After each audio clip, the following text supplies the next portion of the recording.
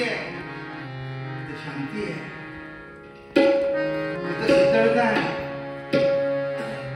आता ज्यांच्या घरामध्ये मुलगी नाही पण कोणतरी स्त्री आहे ना, ठीक आहे, तिच्या ठिकाणी शांती पाहिजे.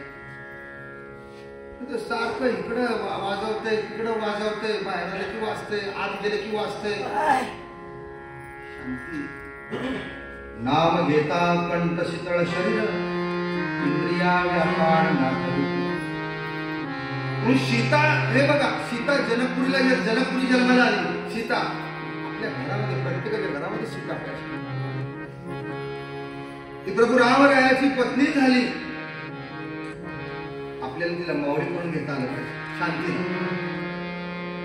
म्हणून आपली शांती भंग करणारे या पृथ्वीवर, या समाजामध्ये, या पैपावण्यामध्ये, या नातेवाईकांमध्ये आपल्या अगदी निकट असलेली लोक सतत प्रयत्न करत असतात की तुझी शांती कशी भंग होईल.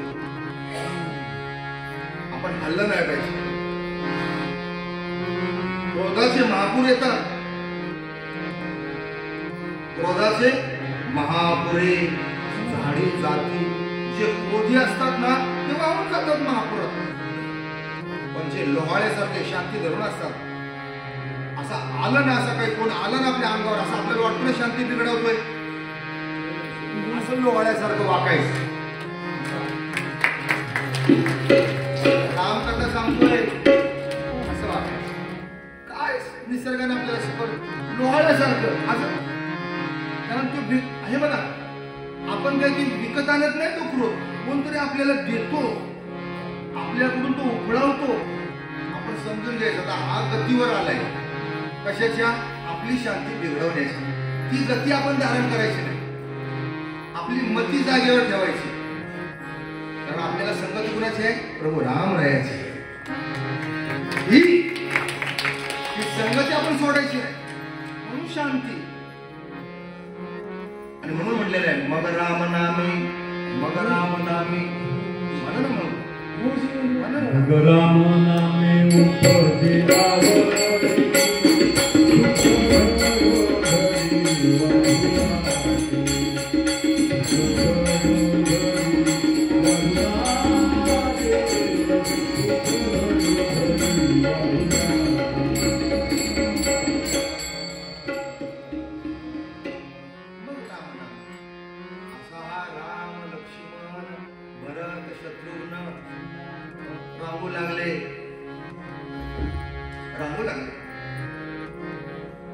रामता रामता रामता रामता खेळू लागले.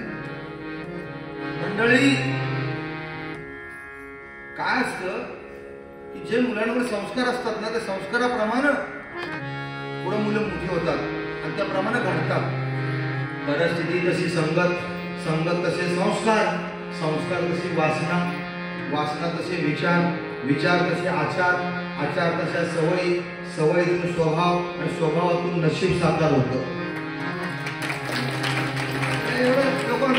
काय करायचं, आमच्या नशिबात असं होतं म्हणजे असं झालं की असं दिसतं. अरे नशीब म्हणजे काय? असं असं नाही. त्याच्या पाठीमागं मागे चार, पुढे चार, मध्ये विचार. बघा तुम्ही, हा विचार तुमचं नशीब घडवतो किंवा बिघडवतो आणि त्याला कारणीभूत आपली परिस्थिती असते. म्हणून लोक परिस्थिती बदलायचा प्रयत्न करता करता विचारच बिघडवून टाकतात. परिस्थिती बदलण्याच्या प्रयत्नात आपले विचारच आपण बिघडवतो. परिस्थिती बदलण्याच्या फंदात पडू नका. काय म्हणता महाराज? महाराज म्हणतात, कोण कोणाशी म्हणतात, असं कसं म्हणतात? परिस्थिती बदलली पाहिजे. परिस्थिती, आपलं लाईफ चेंज झालं पाहिजे. लाईफ चेंज करायचंय ना तर परिस्थिती बदलण्याच्या फंदात पडू नका. काय बदला? Change your life, change your thought and change your life असं म्हणलेलं आहे. तुम्हाला जर लाईफ बदलायचे ना तर change your thought and change your life. म्हणून परिस्थिती बदलण्यापेक्षा विचार बदलण्यासाठी तुमची मनस्थिती बदला. परिस्थिती बदलण्यापेक्षा मनस्थिती बदला, मग आपोआप परिस्थिती बदलेल. फार लक्षात घेण्यासारखं आहे. तुम्ही श्रवण करताना फार काय मनस्थिती बदला. कुणाची बदला मनस्थिती? आपण दुसऱ्याचीच मनस्थिती बदलायचा प्रयत्न करतो. स्वतःच काही नाही. त्याचं ते असं, तू असं बोलला पाहिजे, तू तसा वागला पाहिजे, तू अमुक केलं पाहिजे, तू तमुक. तसं नाहीये. आपली आपण मनस्थिती प्रथमतः आपण आपल्याला बदलवलं पाहिजे. कारण परिवर्तन निसर्गाचा नियम आहे. आपण चालू ना परिवर्तन. पहिलं काहीतरी 2G होतं ना, नंतर 3G आलं परिवर्तन, नंतर 4G आलं, आता काय आलं बघा परिवर्तन. तुझ्या बरोबर आपण चाललोय. आमचे आमले दादा इथं बसले, म्हणजे काय नेटवर्कच नाही. म्हणजे आम्ही बोललो म्हणजे नेटवर्कच नाही. म्हटलं तर नेटवर्क कसं राहील? कारण आता काय आलेलं आहे? 5G आलेलं आहे. म्हणजे तुम्ही ते नेटवर्क नाही म्हणून 4Gचं कार्ड टाकून तुम्ही कुठलं गेलं पाहिजे, म्हणजे तुमचे पैसे. म्हणून त्यांनी काय केले, पहिला जो फोर्स होता कशाचा, नेटवर्कचा, तो त्याने कमी केला आयु घेण्यासाठी. आता काय होतं म्हणजे तुम्हाला जर तुम्हाला काय मार्केट आहे म्हणून जिओ, म्हणून काय आहे जिओ, और हमें जीने दो. आमचं जीणं काय पुरं होत नाही. काय लोक बघा, मी हे परिवर्तन ह्याच्याबरोबर आपण चालू. आपण आपली मनस्थिती का नाही बरं बदलत? माझंच खरंय आणि तुझं पण खरंय आणि त्याचं पण खरंय असं आपण का नाही म्हणत? माझं खरंय बरोबर आहे, पण माझ्या खरोबर तुझं पण काहीतरी खरं असेल.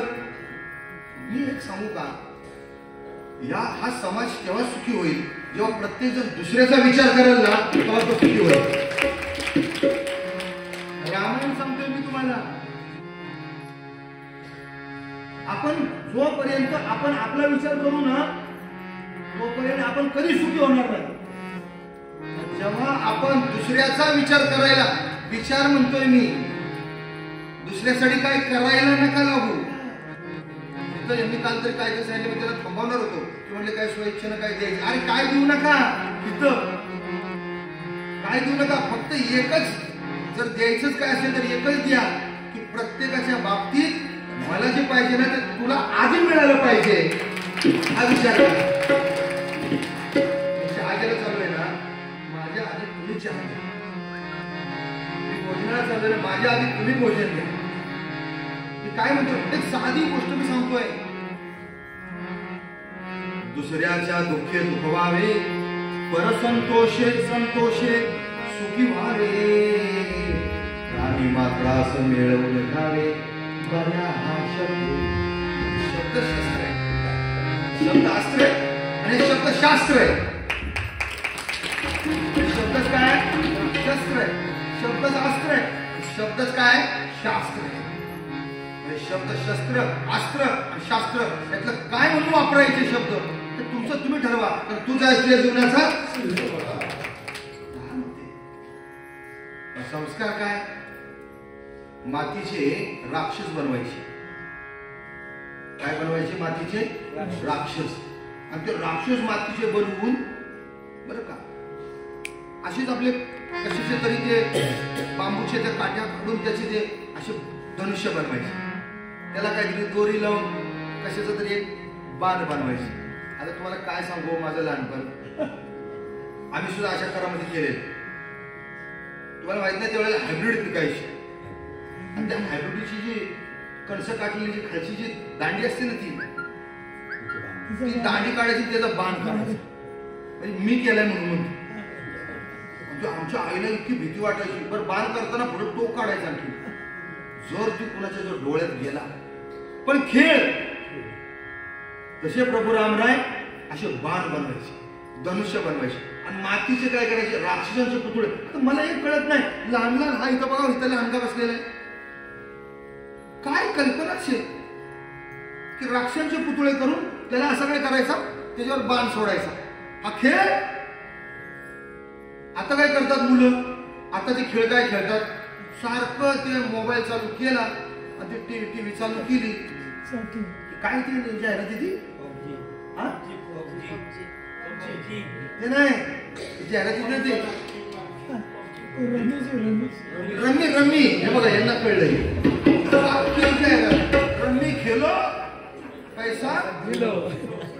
पैसा जितो, रम्मी खेलो पैसा जितो. मी मोबाईल चालू केला युट्यूबला वगैरे किंवा त्यांच्या टीव्हीला ते युट्यूब जॉईन तिकडे टीव्ही चालू केला, रम्मी खेलो आणि ती एक म्हातारी दाखवली, मैं खेला और मैं जीता. अरे काय रघुपती राघव राजा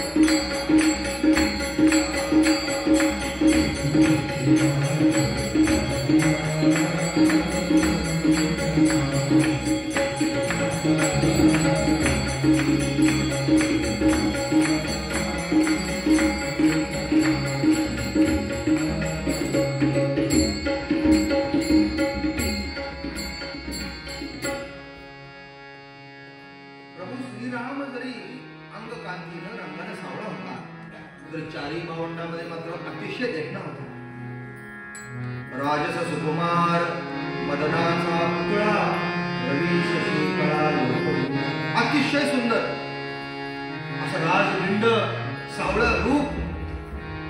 आणि ही सगळी मुलं खेळ खेळता खेळता हे असले खेळ. भगवान श्रीकृष्णाचे खेळ वेगळे, पण प्रभू श्रीरामाचे असले खेळ, असे खेळ खेळत बरं का. तिकडे लहानपणापासून त्यातल्या त्यात प्रभू श्रीरामानं कुठलीही गोष्ट होऊ द्या, पण तोंडात येणारा शब्द कधी खोटा काढला नाही. प्रत्येक शब्द, त्या प्रत्येक शब्दामध्ये काय होतं, सत्य होतं. लहानपणापासून लक्षात ठेवा. आता लहान मुलं अमुक केलं का रे तू, नाही. पहिला शब्द काय, बळा हे कुणी केलं, मी नाही. म्हणजे लहान, परंतु त्याच्या बाबतीत मात्र बघा काय काय गोष्टी अशा असतात ना की त्या अपवादात्मक असतात. प्रभू रामरायाबद्दल लहानपणापासून जे काय आहे ना, सत्यवचनी आणि बाणेदारपणा होता. असा कुठला तरी बावळटपणा नव्हता. प्रभू रामराय असे बाणेदार होते, सत्यवचनी होते, धैर्यवान होते, धाडसी होते. लक्षात ठेवा. म्हणजे मुलं सुद्धा आपली कशी असली पाहिजेत. आणि म्हणून मी मग अशी म्हणालो की सगळ्या गोष्टी आहेत ना, या आपल्या घरातली परिस्थिती काय आहे याच्यावर आपली मुलं बळ काढतात. लक्ष्मण तसाच, भरत, शत्रुघ्न अशी सगळी मुलं, जरी तो सत्य होता, कोमल हृदयाचा होता, तरी मात्र जेव्हा तो दुष्टांबरोबर खोटी लढाई करायचा ना, वज्राहून कठीण वाटत असे. म्हणजे किती काठिण्य असावं दुष्टांबरोबर, दुष्टांच्या समोर राहिल्यानंतर, ते प्रभू रामरायाकडे पाहिल्यानंतर. म्हणून मला हे तुम्हाला इथं सूचित करायचं आहे की आपल्या मुलांवर संस्कार करत असताना तू खोटं बोलू नकोस असं म्हणायचंच नाही. आपण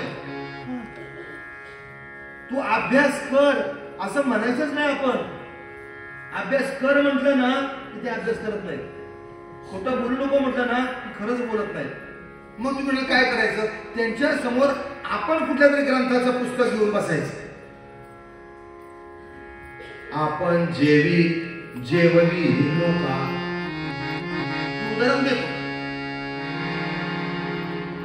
खरोखर ज्यांना ना भोजनाचा स्वाद घ्यायचं, ज्यांना आवड आहे ना, ते दुसऱ्याला बनवू शकतात. ते दुसऱ्याला बनवू शकतात. तसं ज्यांच्या घरात बघा तुम्ही, ज्यांची मुलं जेव्हा हुशार आहेत,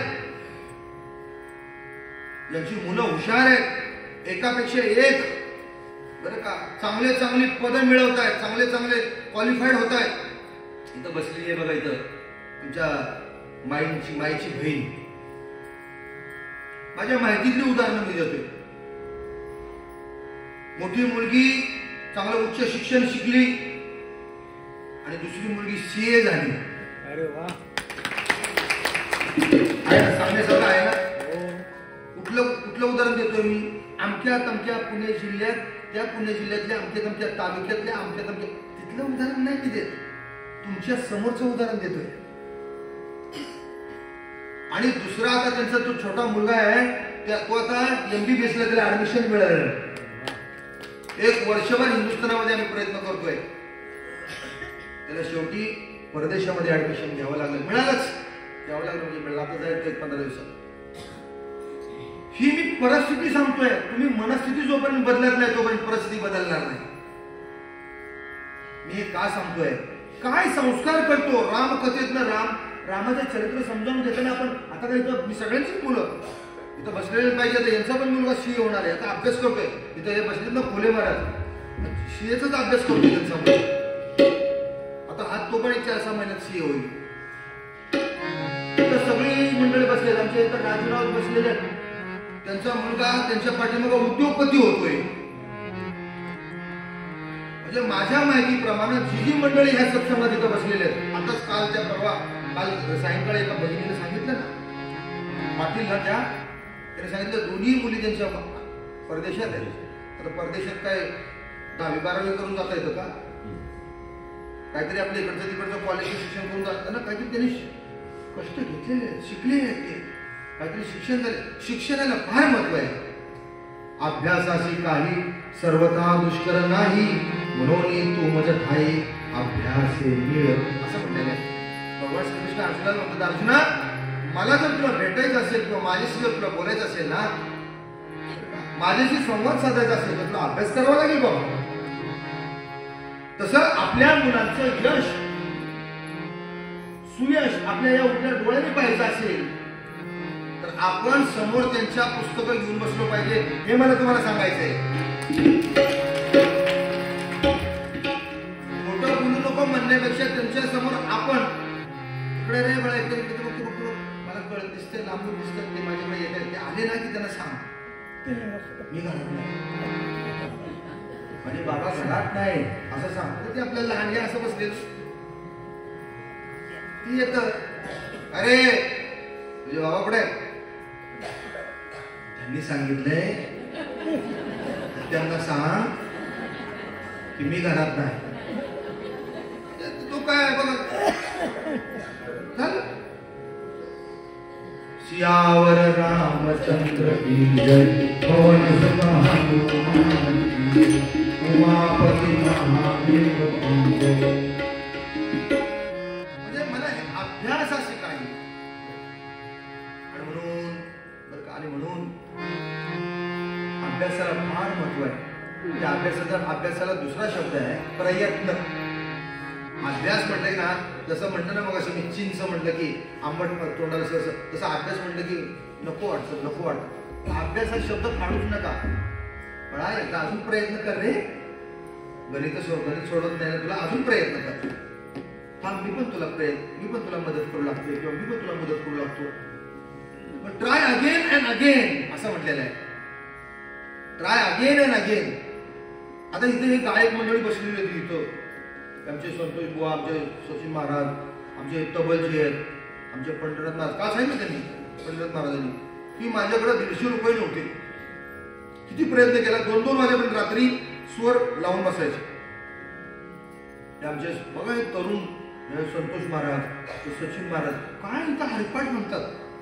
मीच त्यांना दोघांना असं खेचून धरतो की बाबा नो नका तुम्ही आवाज जास्त काढू, तुमचा आवाज टिकला पाहिजे.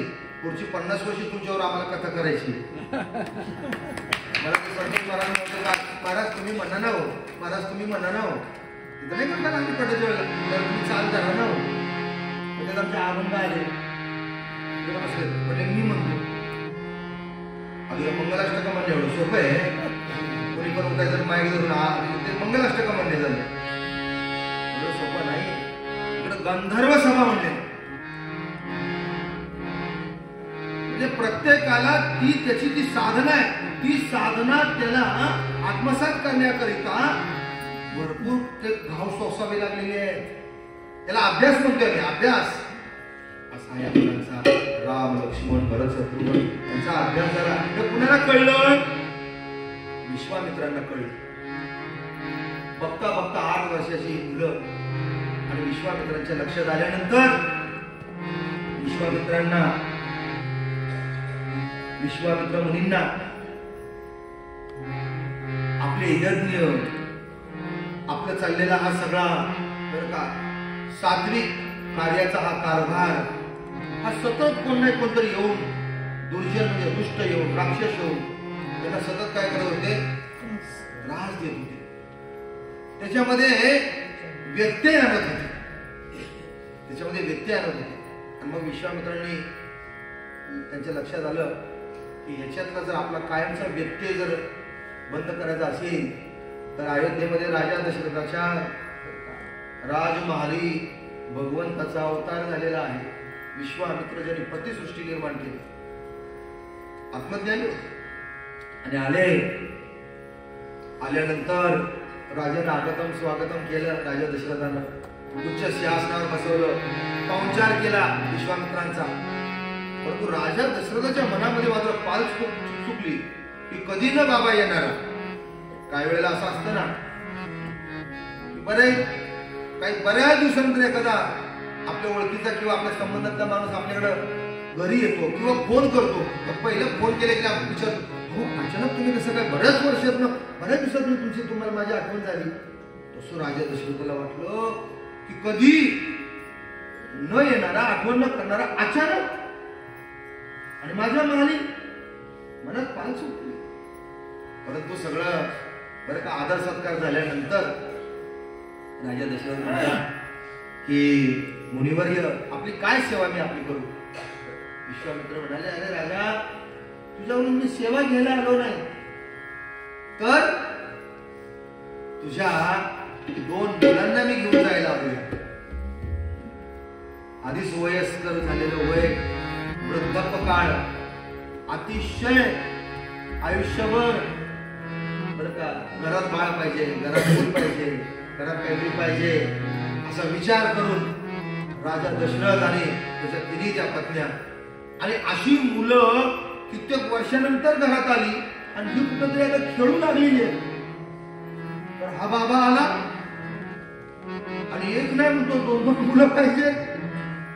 पण कशासाठी म्हणून विचारलं तर सांगितलं काय करावं. म्हणाले, आम्ही यज्ञ, होम, हवन, आमच्या यज्ञशाळा बर का, आमच्या साधकांच्या आश्रमशाळा याच्यामध्ये काही दैत्य येतात आणि आम्हाला सतत आमची छळवणूक होते, आम्हाला त्रास देतात.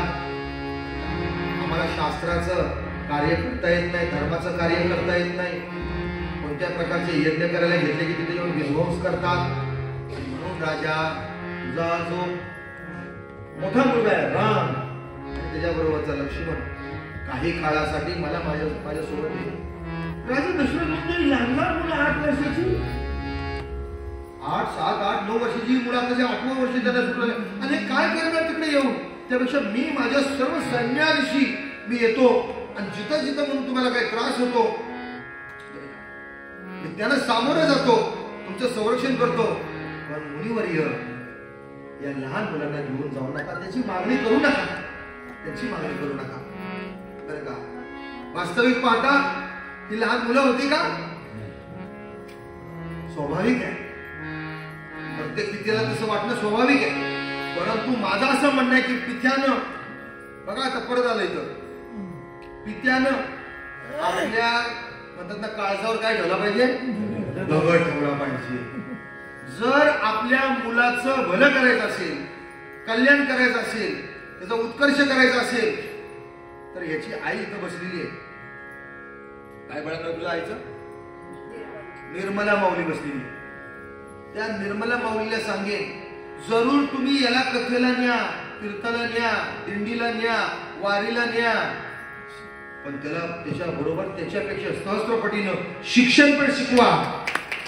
कारण येणारा काळ आहे हा शिक्षण, नॉलेज इज गॉड असं म्हटलेलं आहे. ज्ञान हाच देव आहे. तर मुलांना आपण भजनाला कीर्तनाला जर नुसतं फिरवत राहिलो, आमच्या इथं बसलेलं तबलचे बघा 7 दिवस फक्त ते केवळ त्याच्या प्रेमात होतं. त्याला नाही म्हणायचं नाही म्हणतो येतो. प्रत्येक कथेला येतो त्याचा स्वतःचा व्यवसाय आहे, तो उद्योजक आहे.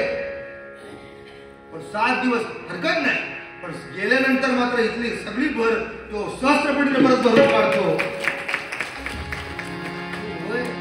मला माझी हरकत नाही. आम्ही पण आता परवापासून फोन करतोय आमच्या डॉक्टरांना, यावं इकडे बघा ना अयोध्येला, यावं तुम्ही दिल्लीला आहे, यावं. म्हणजे आम्ही त्यांना म्हणतोय या तुम्ही. ते पण आमचे असेच तबलचे ते काही कमी नाही. लहानपणापासून ते तबला, कथेमध्ये कीर्तनामध्ये तबला, ठाणे जिल्ह्यामध्ये त्यांनी नंबर काढलेला आहे तबल्यामध्ये. पण म्हणून काय तो तबलची नाही झाला, तो डॉक्टर झाला. आता टाळ्या वाजवा, का वाजवा. आपल्या घरातली मुलं अशी घडली पाहिजे. आमचा ओम ज्यांना ज्याचा मी उल्लेख केला तर तो जॉर्जियाला चाललाय, तुम्हाला आठवत असेल गाडीच्या टपावर ज्यानं त्या वृंदावनला बॅगा चढवलाय ना, तो ओम म्हणतोय मी. तो आता तो डॉक्टर होतोय. मी काय सांगतोय म्हणजे मुलांना तुम्ही सत्संगामध्ये घेऊन या, पण त्याच्याकडे तेवढ्याच पद्धतीने आपलं शैक्षणिक पण म्हणून ते विश्वामित्र तिथं आले. तुमची मुलं द्यावं. आता काय अयोध्येत दुसरी मुलं नव्हती का मिथिलेला दुसरी मुलं नव्हती. राजा दशरथाच्याच घरी येऊन राजा दशरथाची 2 मुलं जेव्हा विश्वामित्रासारखा एक मोठा ऋषी त्या मुलांची मागणी करतो. आता नाही काय कंपनी आपल्या मुलांची मागणी करतात. बाळा मुलं शिकतायत ना इंजिनिअरिंगच्या शेवटच्या लास्ट इयर. आता माझा पुतणी आहे बघा इकडे गुजरातला, कुठे इकडे अहमदाबादला आहे. तो काल परवा मला सांगत होता, गुरुजी मला म्हणले काय बँकेची मला ऑफर आलेली आहे. मला काय बँकेची ऑफर आली कशासाठी बाळा? नोकरीसाठी. आणि तुला तू शिक्षक हो ना, माझं आता अजून एक लास्ट इयर राहिलंय. आताच म्हणतात नोकरीला चल ऑफर. कुणाला येते ऑफर हो?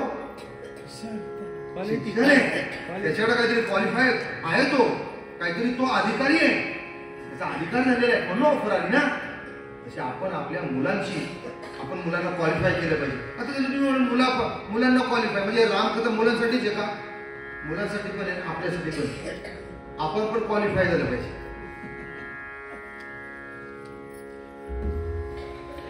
श्रीराम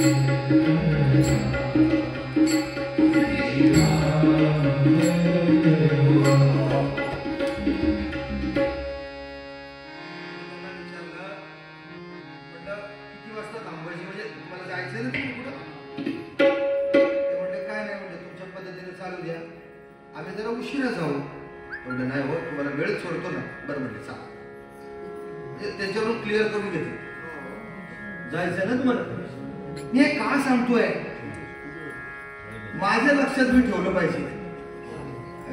हे सुद्धा गोष्ट मोठी आहे. तर सांगायचा मुद्दा असा, क्वालिफाय आपण क्वालिफाय व्हायला पाहिजे. असं काय नाही मुलांना झालं तुझं शिक्षण झालं म्हणजे आपण क्वालिफाय होणं म्हणजे काय? आपण अधिकाराचं होणं. कशाच्या अधिकाराचं? परमार्थाच्या अधिकाराचं होणं.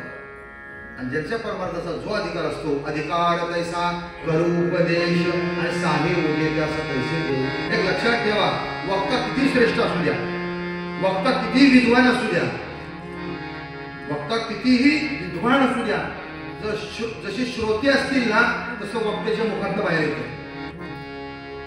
म्हणून श्रोता जर जेवढा क्वालिफाय, म्हणून मी आवर्जून सांगतो तुम्ही पुढे बसा, तुम्ही पुढे बसा. काही लोकांना मी आवर्जून सांगतो तुम्ही पुढे बसा. का तर मला माहिती आहे की त्यांच्याकडे जेव्हा माझी दृष्टी जाते किंवा वक्त्याची दृष्टी जाते किंवा काहीतरी अजून काहीतरी चांगलं निघतं.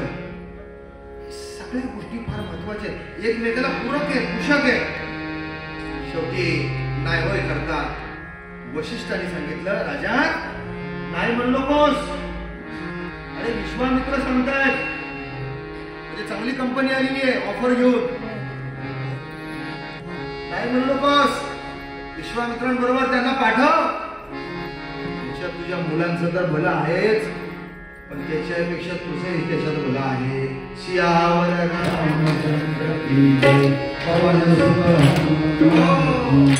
मी का सांगतोय, ज्या वेळेला आपण मंडळी विश्वामित्र प्रभू राम राहायला आणि लक्ष्मणाला घेऊन निघाले तेव्हा सगळी अयोध्या बरं का दृढमूल झालेली आहे. मनातून सगळ्यांनाच जरा दुःख झालं की आता कुठे ही मुलं आमच्यामध्ये खेळत होती, एक आमच्या सगळ्या आपल्या अयोध्यामध्ये काय अयोध्येला रूप आलं होतं, काय सौंदर्य. आता ही जर मुलं गेली तर कसं काय होणार. सगळी काय झाली, विव्हळ झाली. हरकत नाही, पण विश्वामित्र घेऊन गेले. घेऊन गेल्यानंतर विश्वामित्रांनी जाताना मजल दरमजल करत असताना प्रवासामध्ये, प्रवास कोणाच्या सोबत करावा. पण आम्ही आमच्या खोले महाराजांना नेहमी सांगतो किंवा हे बघा यात्रा सगळेच काढतात, यात्रेला सगळेच जातात, पण यात्रा कुठली आहे तर काशीची आहे. काशीच्या यात्रेला कोणाबरोबर जावं. यात्रा कुठली आहे आळंदीची आहे, आळंदीच्या यात्रेला कोणाबरोबर जावं. यात्रा कुठली आहे पंढरीची आहे, पंढरीच्या यात्रेला कोणाबरोबर जावं. कारण ती आणि प्रवासातली संगत तुम्हाला कल्पना नाही. आता जेव्हा आम्ही ठाण्यावरून आलो ना, कुठून त्यांचे राजेंद्र राऊत, त्यांची मिसेस, त्यांचा श्रीराम, मी आणि त्या आमच्या 2-3 आले काही तिथे भगिनी, त्या तिघी भगिनी आलेल्या त्या बोलून बोरवली आहेत का इथं नाही बघा. म्हणजे ते काय म्हणतात ना, काय वाण जरी लागला तरी गुण लागत नाही का, असं काय म्हणतात ना. मला त्यांनी महिन्यापूर्वी सांगितलं मला तुमच्याबरोबरच बोलायची यायचे, पण आता आहे कुठं. माझ्याबरोबर 2 रात्री होत्या. 2 रात्री काय आम्ही कमी भजन केलंय का. आमचे आमले दादा आहेत, आमचे माऊली माईची बहीण, आणि काय तुम्हाला सांगतो अशी जी भेळ बनवायच्या तुम्ही पण खाना आम्ही पण खातो. ट्रेन मध्ये सांगतो, ट्रेन मध्ये ही भेळ, हे लक्षात ठेवा, ही भेळ असते, पण आपली भेळ करून घेऊ नका. आता भेळेची परत मिसळ होते. भजन झालं पाहिजे, भजन झालं पाहिजे. काय सांगतोय खरंच मला हे अनुभव आहेत म्हणून सांगतो, आणि मला सगळ्यात सगळे अनुभव येतात. तसे विश्वामित्रांबरोबर मग काय विश्वामित्रांनी एक कला नाही, 64 कला, 16 विद्या, 64 कला. राम रायाला लक्ष्मणाला चालत पर्यटनामध्ये शिकवत धनुर्विद्या, सगळ्या राजनीतीचे सगळी विद्या, सगळ्या प्रकारच्या विद्या विश्वामित्र शिकवत निघाले. आणि शिकवत निघालेले असताना पुढे चाललेलं असताना चालता बरं का काही यज्ञकुंड प्रज्वलित करायला सांगितले आपल्या शिष्यांना. आणि यज्ञकुंड प्रज्वलित करायला सांगितले. प्रभू राम आणि लक्ष्मण येत आहेत, तुम्ही यज्ञकुंड प्रज्वलित करा. आता आपल्या यज्ञकुंडाची राखण करायला बरं का साक्षात भगवंत येत आहे. प्रभू राम म्हणजे काय, दाशरथी राम नाही. केवळ आपण दाशरथी राम म्हणून पाहू नका. प्रभू राम म्हणजे सर्व सुखाचा आराम देणारा राम. तो राम काल होता, आज आहे आणि उद्या असणार आहे. तो काल होता, आज आहे, उद्या असणार. असा हा राम. मंडळी यज्ञकुंड प्रज्वलित केले, आणि ते यज्ञकुंड प्रज्वलित केल्याबरोबर त्या वनातले राक्षस पुन्हा काय झाले, परत झाले. म्हणजे चांगलं कुठेतरी काहीतरी आपण करायला निघतो ना, तर त्या विघ्न काही येत नाहीत. तू काय मला अनुभव असा नाहीये. 30 वर्ष अनुभव घेतो, पण मी त्याच्यावर मात करतो. का? माझ्या बरोबर माझे गुरु तर आहेतच, पण माझा राम माझ्या हृदयात मी धरून ठेवलेला आहे. तो राम माझं संरक्षण करतो. निर्णय येणार, लक्षात ठेवा. तसं यज्ञकुंड प्रज्वलित केल्याबरोबर तसे यज्ञातनं तसं त्या बरं का त्या अग्निज्वाला बाहेर पडल्या, सगळे दानव जागे झाले आणि ते यज्ञकुंडाकडे धावायला लागले. विश्वामित्र म्हणाले, प्रभू हेच ते यज्ञकुंडाचा विध्वंस करायला ते समोर येत आहेत. असं म्हटल्याबरोबर प्रभू श्री रामचंद्रांनी आपला मध्याला असलेला धनुष्यबाण, बांधत असलेला त्यातला बाण आणि धनुष्य धरून बाण न लावता नुसता टंकार त्या प्रत्यंच्याने धनुष्याला लावलेली त्या प्रत्यंच्याची नुसती प्रत्यंच्या खेचल्याबरोबर जो टनत्कार झाला ना, तो असं धरधर जंगल हादरलं, भूमी हादरली. कधीही न असा आवाज आणि कधीही न असा बरं का धरणीकंप व्हावा असा आवाज त्या राक्षसांनी ऐकला. राक्षस सुद्धा काय झाले, घाबरले. आणि मग मात्र ते समोर तसेच बळान असेच काय राक्षस असतात. त्यांना माहितीये की आता आपलं मरण आहे, आपण संपणार आहे. त्या समाजात सुद्धा असे राक्षस आहेत, तरी पण त्यांना भगवंत काय करतो, आता तुझी पाणी भरलेली, अजून थोडीशी एक मूठ टाकली ना की पूर्णच झाली, म्हणून मूठ टाकत असतात ते. तशी मूठ टाकायची म्हणून मग भगवंताने दुसरा टनत्कार केला, तसे ते अंगावर धावून आले. आणि अंगावर धावल्यावर एक बाण लावला ना भगवंतानं, ते एका बाणात एक जण समुद्राच्या कडेला दक्षिणेत जाऊन पडला आणि दुसरा जागेवरच गेला. तर दुसरा जागेवर गेला त्याचं नाव सुबाहू. आणि जो धनुष्याच्या त्या बाणाबरोबर जे समुद्राच्या किनाऱ्यावर जाऊन जो पडला ना दक्षिणेत, त्याचं नाव मारीच राक्षस. सियावर रामचंद्र की पवन सुत हनुमान की जय. सियावर मंडळी,